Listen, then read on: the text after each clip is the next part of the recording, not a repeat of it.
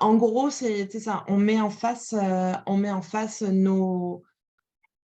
les forces et les problèmes que viennent résoudre et les bénéfices que viennent apporter nos produits ou nos services en face des bobos et des insatisfactions de nos cibles. Donc ça, c'est super utile, moi, je trouve, pour pouvoir justement créer un contenu puis bien connaître sa cible. Parce que pourquoi on veut connaître la cible, c'est qu'on veut taper dans le mille à chaque fois quand on fait une publication et dire OK, je peux dire que Alias Numérique, par exemple, on a des adjointes. OK, on a des adjointes. Mais si je dis que on vous fait gagner du temps, puis que grâce aux adjointes, vous avez plus de temps à passer sur le prochain projet qui vous intéresse ou avec votre famille, ben, j'ai donné une information déjà supplémentaire parce que j'ai énoncé des bénéfices. Donc, énoncer les bénéfices dans nos publications de réseaux sociaux, nos emailings sur nos pages web, c'est super important parce que c'est ça qui va faire en fait que le public va retenir en fait votre offre et votre proposition de valeur. Et dans les bénéfices, il y a différents types de bénéfices. C'est-à-dire qu'il y a des bénéfices fonctionnels et des bénéfices émotionnels. Et plus on va aller dans l'émotionnel, plus on va aller dans la mémorisation, en fait. Parce que la partie du cerveau qui mémorise, c'est celle aussi qui est reliée aux émotions. Donc, on va plus mémoriser si on vient toucher nos émotions. Donc, ça, c'est important aussi à savoir. Donc, quand on va énoncer des bénéfices, plus on va aller dans l'émotionnel, plus on va retenir et être retenu en fait par notre public cible. Est-ce que jusque-là, j'ai des questions? Pour l'instant, il n'y a pas de questions. À moins que quelqu'un veuille poser des questions. Bonjour à tout le monde. Il y a quelques personnes qui sont arrivées en cours de route. Donc, juste, je vais rappeler, aujourd'hui, on est là. Julie va nous partager des astuces pour votre stratégie 2023. Pour l'instant, Julie t'a parlé de bien définir ses objectifs, bien connaître son public cible, revenir à sa proposition de valeur. Puis là, Julie nous parlait des valeurs, des propositions de valeur. On a les bénéfices fonctionnels et émotionnels. Puis c'est ça. Puis de bien appuyer sur l'importance des bénéfices émotionnels pour aller toucher sa cible. Mais si les nouveaux arrivants ou même les personnes qui étaient là depuis le début ont des questions, ben, n'hésitez pas à ouvrir vos micros. Puis Julie se fera un plaisir de vous répondre. Je ne sais pas si Julie, tu peux essayer de rallumer ta caméra peut-être. Parce que là, je ne sais pas, mais moi, je ne te vois pas. Ah, perfecto. C'est ça. Non, mais ça, je ne sais pas si ça va pas rebugger, mais en tout cas, je croise les doigts pour que non. Bon, je vais continuer, puis Chloé, tu me fais signe si jamais je continue à parler toute seule devant mon écran gelé. Ça va. Okay. Fait que oui, on avait fait donc objectif, public cible, proposition de valeur, puis les bénéfices. Puis aussi, ce qui est important, c'est d'essayer de comprendre le processus de décision. C'est-à-dire, par exemple, ça peut être combien de fois j'ai besoin de parler à une personne avant qu'elle achète mon produit ou mon service. Combien de fois elle a besoin de voir? Comment elle va me connaître? Tu sais, par exemple, Nadia, ça peut être aussi d'habitude, comment elle se renseigne sur ce genre de produit? Tu sais, est-ce qu'elle va chez Best Buy? Est-ce qu'elle va... est-ce que les recommandations des amis, de la famille comptent beaucoup? Parce que tu sais, tu as différents publics, tu en as qui vont être peut-être plus à l'aise technologiquement, puis qui vont comprendre, puis d'autres qui vont être moins à l'aise, puis qui vont comme demander à leurs amis le meilleur produit. Donc, dans ce processus de décision, comment tu peux aller les influencer, à quel moment du processus? Est-ce que c'est au tout début où ils se renseignent? À ce moment-là, est-ce que tu veux être dans des comparatifs ou écrire des comparatifs, mettre des articles de blog de quand ils vont faire de la recherche? Ou est-ce que c'est plutôt finalement, toi, d'avoir un petit noyau aussi de gens qui influencent leur entourage, puis d'avoir en fait ces gens plus connectés qui vont plutôt être dans justement l'influence et puis vont faire la recommandation de ton produit. Puis à ce moment-là, c'est un peu les influenceurs de leur famille, de leur entourage.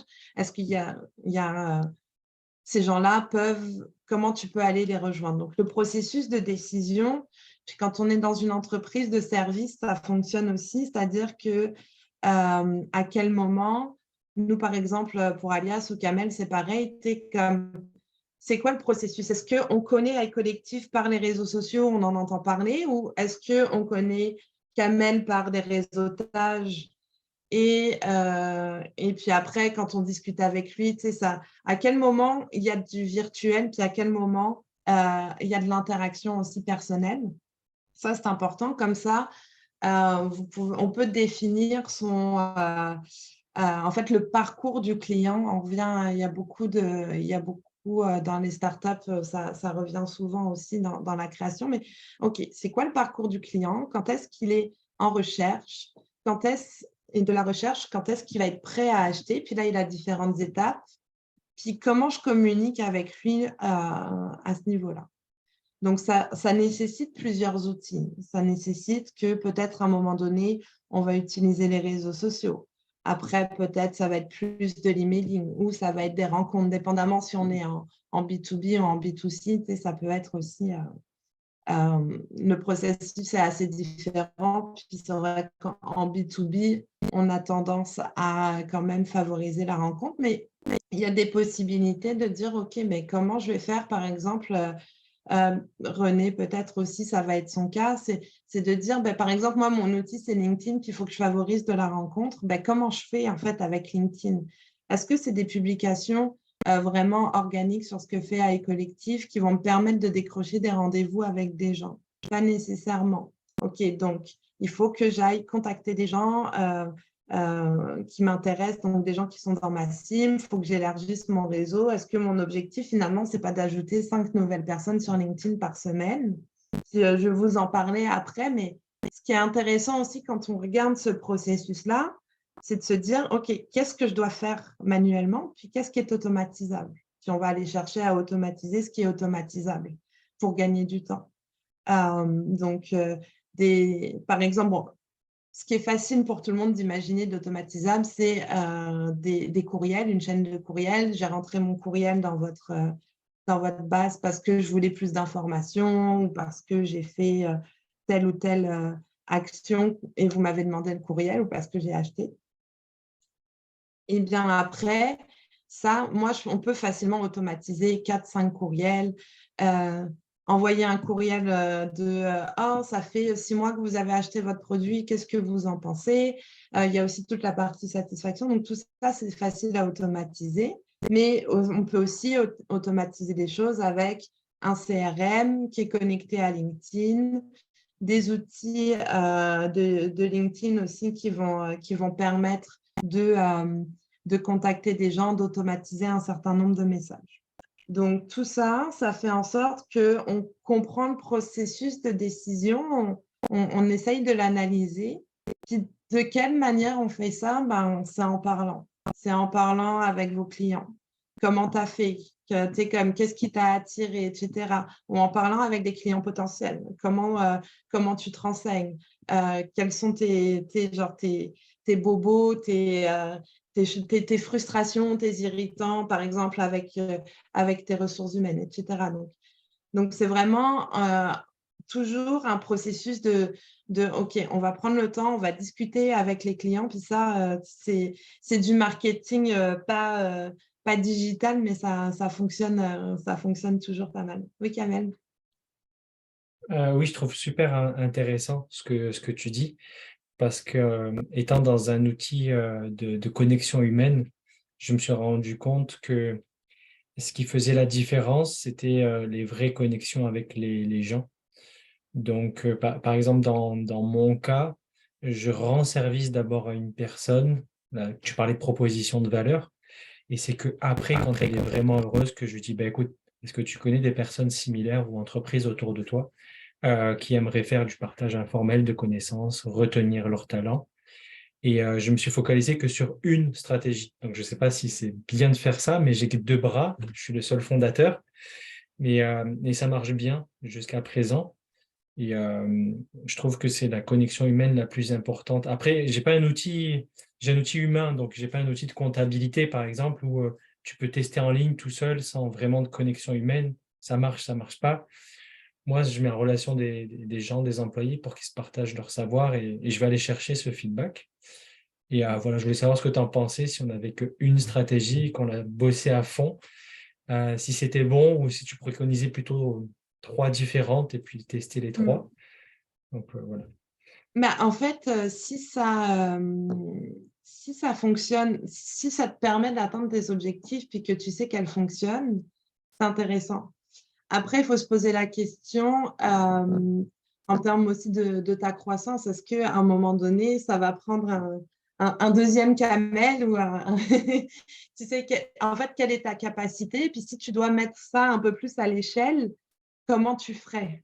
Comment tu fais? Peut-être que c'est aussi, tu sais, ça peut être finalement, au lieu de faire des one-to-one, de faire des groupes de 10 personnes, puis toi d'animer quelque chose. Tu auras toujours gardé ce côté je rends service, mais tu le fais d'une manière différente qui te permet de toucher un peu plus de monde quand tu seras rendu là. Mais si cette stratégie fonctionne avec ta clientèle actuelle, mets ton énergie dessus.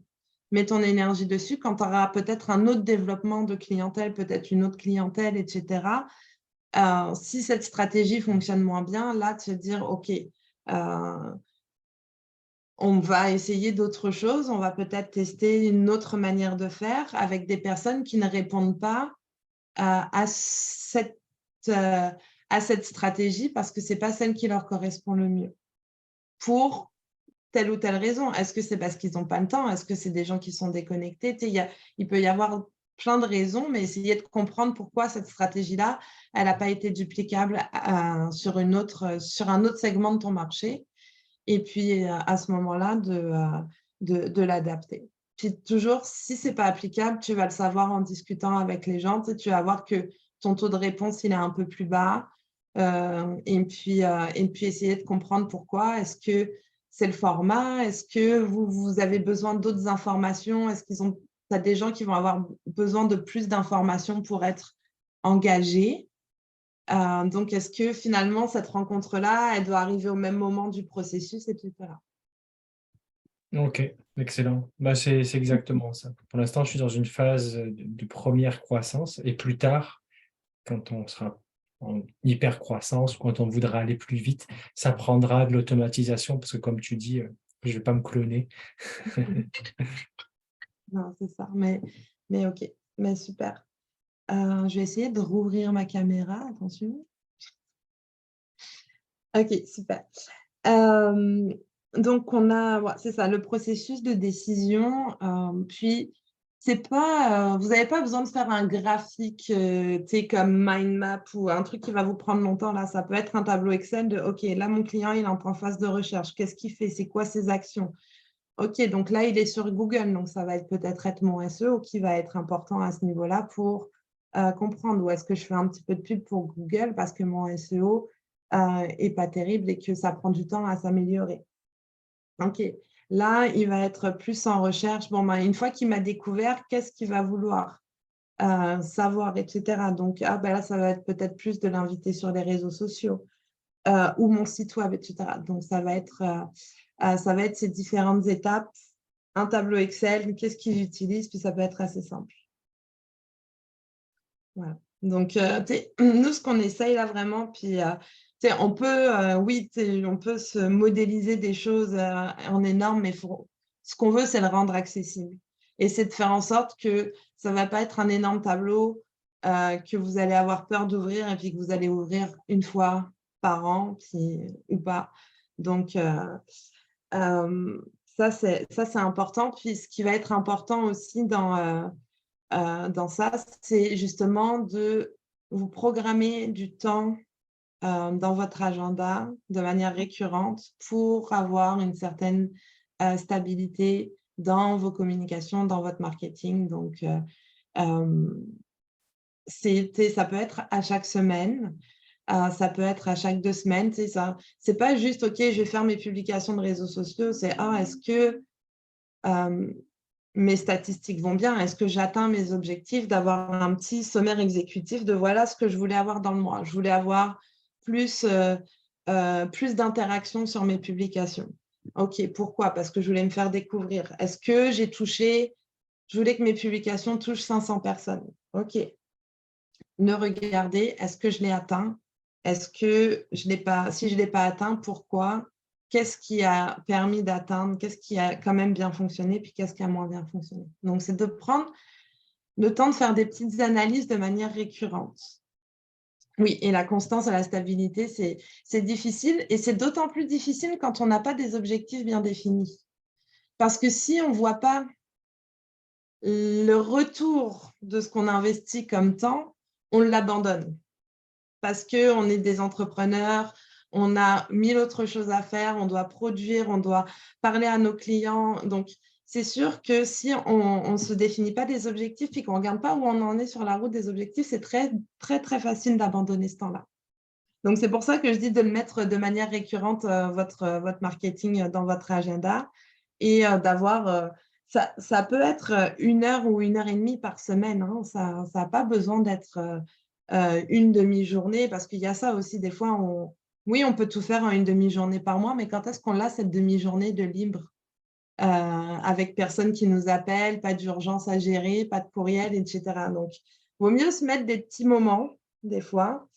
Et puis si des fois on est dans le flow, puis on a plus qu'1 heure et demie, on va y passer 2 heures, puis on aura bien avancé, puis on sera fiers de nous. Puis une autre chose dont je voulais vous parler aussi, c'est le recyclage. Le recyclage de votre contenu et puis la variation des supports. Donc, quand on pense, par exemple, publication de réseaux sociaux, on pense une photo, un texte.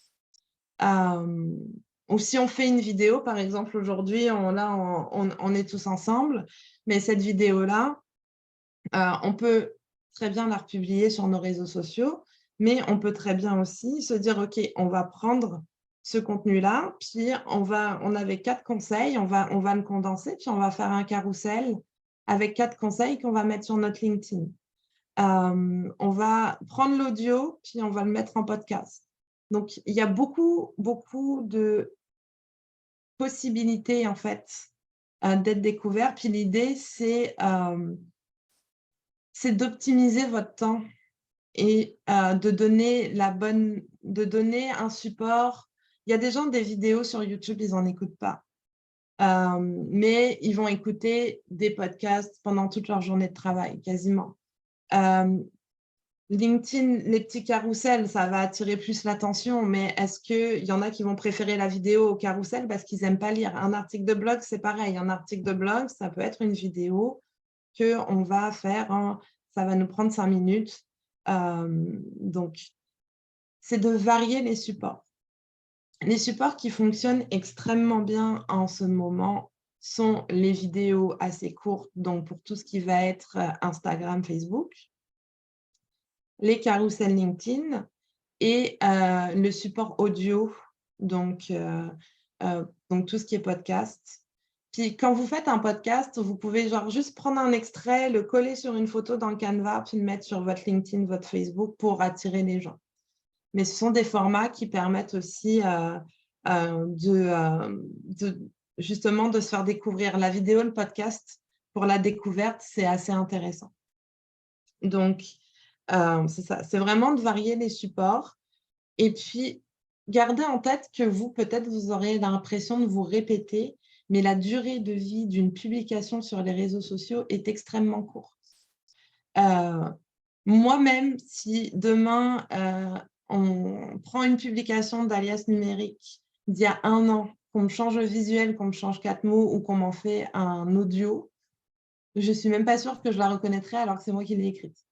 Donc, imaginez votre public cible. La durée de vie est courte. Donc, n'hésitez pas, les sujets qui ont fonctionné, on ne va pas réinventer la roue à chaque fois. Si on a dit quelque chose puis que ça a suscité de l'intérêt au mois de janvier, mais ça le suscitera encore certainement au mois de mars, la plupart du temps. Il y a des sujets d'actualité et tout, mais on va toucher des personnes différentes. Quand on est sur les réseaux sociaux, une page Instagram, Facebook, c'est 10% des gens qui vous suivent, qui voient le contenu, à peu près, si vous ne la sponsorisez pas. Donc, on n'hésite pas à le redire à d'autres moments ou à aller le dire sur d'autres plateformes, en fait.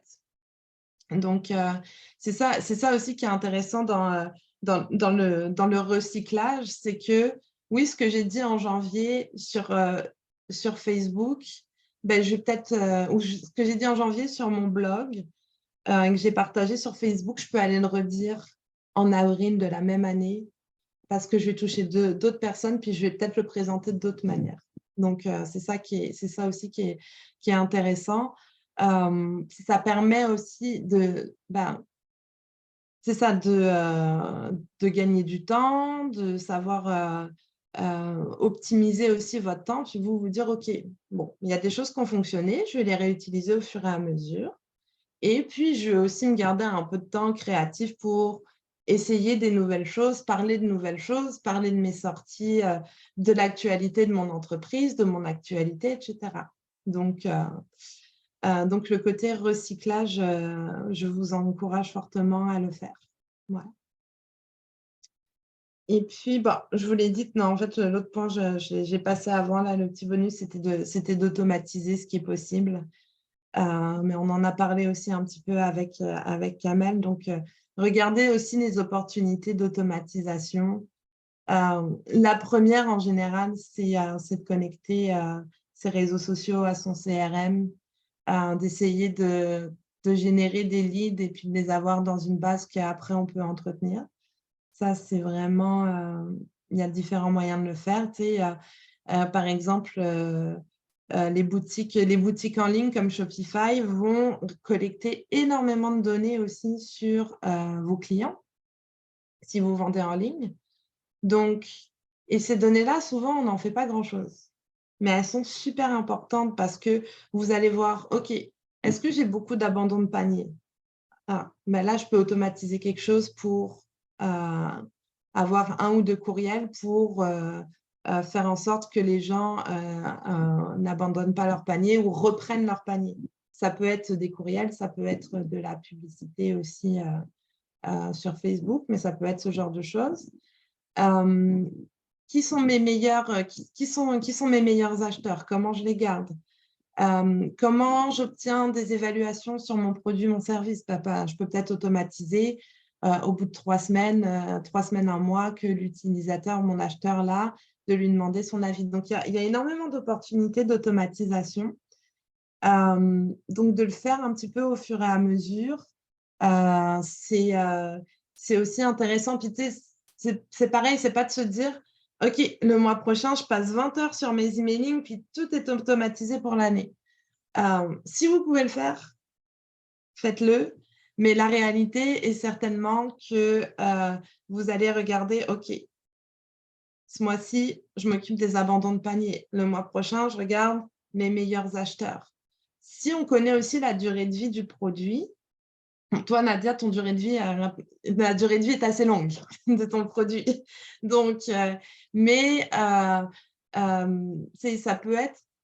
on a une cliente, c'est des huiles essentielles, c'est assez court. Donc, on sait que si on renvoie un petit email automatique à quelqu'un qui a acheté 3 mois après, il y a de fortes chances que son petit flacon il soit vide.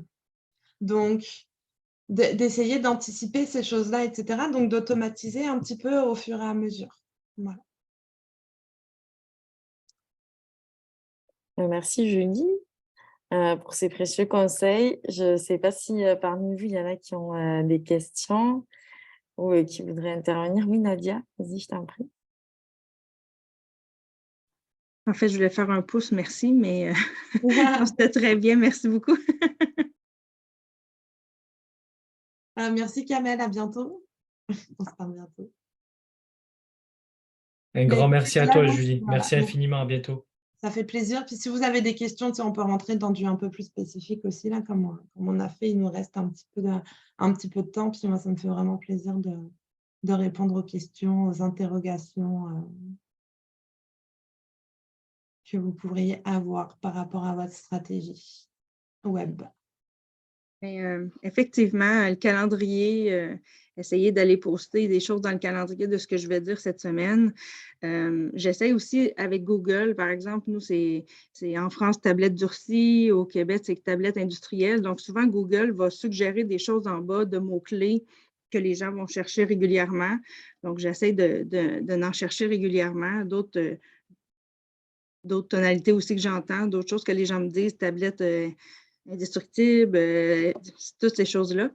Fait que je me mets dans le mois, bon, ben OK, par exemple, bon, le mois, la journée de la femme, des choses comme ça, c'est plus facile, là, c'est déjà dans le calendrier, puis c'est des choses à parler, mais comment on pourrait mettre du gros autour de l'os aussi, puis tout ça. Donc, le calendrier, j'apprécie.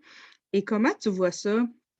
Moi, mon public cible est plus sur LinkedIn, mais quand même, le soir, la fin de semaine, ils vont quand même sur Facebook, mais je reprends la même chose des deux côtés. Parce que mon utilisateur, mon public est le même dans le fond. Oui, je comprends. Tu peux avoir des manières de présenter différentes, puis d'adapter. Le minimum, c'est d'adapter un petit peu à la plateforme. Moi, je regarderai un petit peu dans tes statistiques, de regarder si tu penses que Facebook a vraiment un impact. Parce qu'il y a beaucoup d'entreprises maintenant, c'est comme on est sur Facebook, parce que Facebook, ça nous permet de pouvoir faire un peu de pub et tout. Si tu vois que ça ne fait pas une énorme différence et que ça te prend beaucoup d'efforts, tu peux juste, c'est ça, te dire, OK, je vais rester avec une petite présence quand même, parce qu'une page abandonnée, c'est pas… Le jour où on me cherche, ça peut me faire perdre quelqu'un. Mais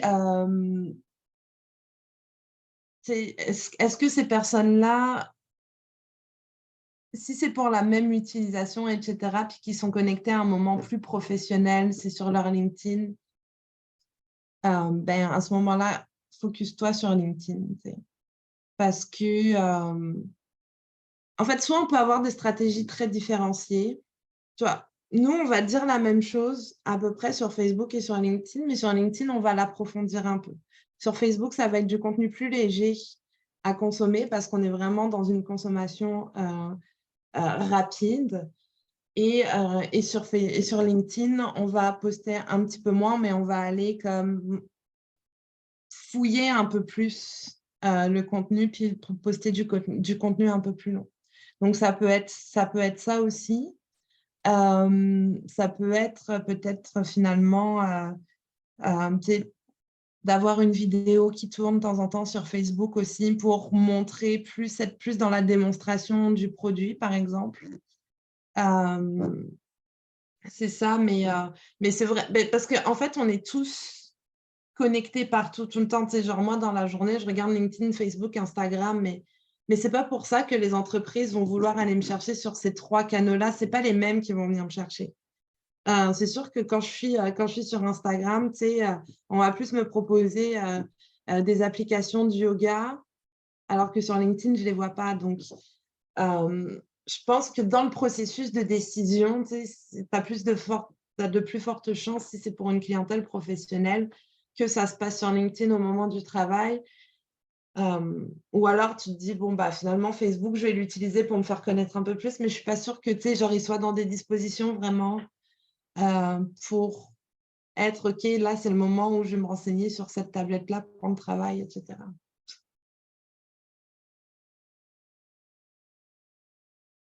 Merci René, bonne journée. Ah, aussi, j'ai oublié de dire avant de quitter, si vous n'êtes pas inscrit sur Eventbrite, mais que vous voulez recevoir le replay, puis tout ça, on peut mettez votre adresse courriel dans le chat. On va vous envoyer le replay, puis un petit cadeau. Voilà. Est-ce qu'on a d'autres questions? Pour l'instant, il n'y a pas d'autres questions. Ouais. Concernant, imaginons, par exemple, s'il y a des personnes qui ont une stratégie là actuellement, qu'est-ce que tu pourrais leur conseiller? C'est-à-dire regarder leurs stats, pour faire la stratégie de 2023, c'est quoi les actions par lesquelles elles devraient passer environ, tu vois? Si tu pouvais donner des idées peut-être. C'est sûr que dans l'idéal, tu as fait une planification stratégique un peu, tu t'es donné des objectifs d'affaires, puis tu regardes les objectifs d'affaires que tu t'es fixés, comment tu peux utiliser ton marketing pour les atteindre. Donc, tu vas aller te fixer des objectifs marketing.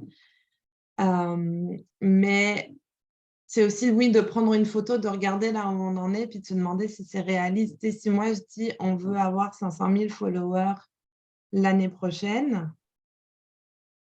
c'est peut-être faisable, mais il va falloir y mettre beaucoup de temps et d'investissement. Je veux dire.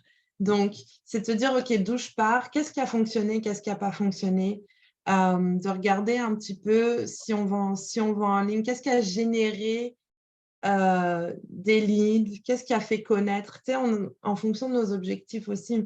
On veut faire de la notoriété, OK, on a réussi à toucher combien de personnes par mois, on a touché combien de personnes dans l'année, juste pour se faire connaître, parce que on peut vendre, mais si on n'est pas... C'est genre, le point de départ, c'est d'avoir un petit peu de notoriété. Puis après, là, il y a dans ce groupe-là, il va y avoir des gens qui vont acheter. Puis est-ce qu'on se fait connaître des bonnes personnes? Donc, qui est-ce qui me suit? Est-ce que les gens qui vous suivent sur les réseaux sociaux, on a des stats démographiques? C'est vraiment les gens à qui vous vendez, qui sont vraiment votre cible? Donc, à ce moment-là, il faut se poser la question. Est-ce que c'est ma communauté qui est comme une cible que je n'avais pas repérée au début quand j'ai fait mon marketing, mais finalement, c'est ces gens-là qui m'achètent? Ou est-ce que ma communication fait en sorte que je ne touche pas les bonnes personnes? Donc, il y a vraiment... Donc, si tu veux, dans les premières actions à se poser, c'est de regarder qu'est-ce qu'on a fait déjà l'année dernière, puis qu'est-ce qui a fonctionné, qu'est-ce qui n'a pas fonctionné. Et puis, de regarder en fonction des objectifs, de se fixer les objectifs de la nouvelle année, puis de se dire, OK, qu'est-ce que ça prend? Où est-ce que sont mon point fort? Qu'est-ce que j'ai réussi? Bon, comment j'entretiens ce que j'ai réussi avant de développer quelque chose de nouveau? On en est toujours là. Puis après, si votre plan, c'est de développer une nouvelle cible, ben, c'est OK, comment je fais? Qui sont-ils? Où sont-ils? Puis là, on va après, en cascade, réussir à trouver les arguments pour aller les toucher, les plateformes où aller les toucher. Mais on a, en fait, c'est ça, on a une formation aussi pour vous aider là-dessus. C'est vraiment de reprendre, en fait, une vidéo, c'est une formation vidéo, puis on a un cahier d'exercice qui est, à la fin, vous remplissez le cahier, puis vous avez votre stratégie, on mène la réflexion point par point, les objectifs, la proposition de valeur, la clientèle, comment on fait nos messages, etc. C'est très axé réseaux sociaux, parce qu'on veut les garder simples, simple au début, mais déjà, une fois qu'on a fait ça, on peut rajouter les choses dont j'ai parlé, emailing, automatisation, etc., un peu plus facilement aussi. Oui, puis de toute façon, même si on ne peut pas, des fois, on pense aux réseaux sociaux parce que c'est ce qu'il y a de plus simple, puis on ne voit pas tout ce qu'on pourrait faire à côté. Mais déjà, du moment où on part de ça, après, quand on va voir des professionnels du marketing, au moins, on peut leur dire, voilà où j'en suis, voilà mes objectifs, je les ai définis, etc. Qu'est-ce que vous voyez comme action? Parce que forcément, quand on est plongé dans le marketing, des fois, on voit beaucoup plus de choses que les réseaux sociaux ou l'emailing ou le site internet. Voilà. Donc, ça peut être déjà un bon départ Ouais. Ok, ben merci en tout Intéressant cas. aussi, le dernier petit point aussi, c'est oui, les réseaux sociaux, ça prend du temps, ça prend de l'implication, mais dépendamment de vos secteurs d'activité, tu sais, c'est pas tout seul, c'est pas si efficace. C'est pas aussi efficace que Facebook voudrait vous faire croire. Parce que il y a énormément, comme je disais, et puis il y a des périodes, il y a énormément de bruit sur les réseaux sociaux, donc ça permet de remplir certains objectifs, mais par exemple des objectifs de vente tout seul avec de la pub, ça, dépendamment de la maturité de l'entreprise puis de la marque.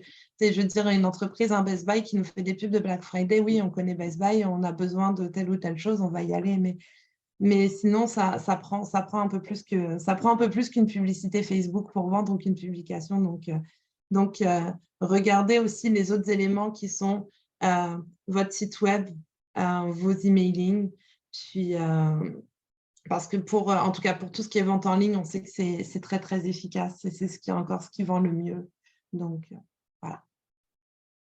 Oui, puis il me semble qu'on en avait parlé, je ne sais plus, lors d'un Lunch and Learn, si c'était lors d'un Lunch and Learn, d'une formation, mais de l'importance de l'emailing que des fois on pense un peu dépassé, mais qui en fait aujourd'hui est un très bon vendeur pour beaucoup d'entreprises. Donc vraiment, des fois on se dit, ah, mais personne ne lit ses emails. Si, si. On lit tous les emails qui nous intéressent avec les offres que l'on cherche. Mais c'est plus facile quand elles arrivent directement dans la boîte de courriel et qu'on peut cliquer dessus.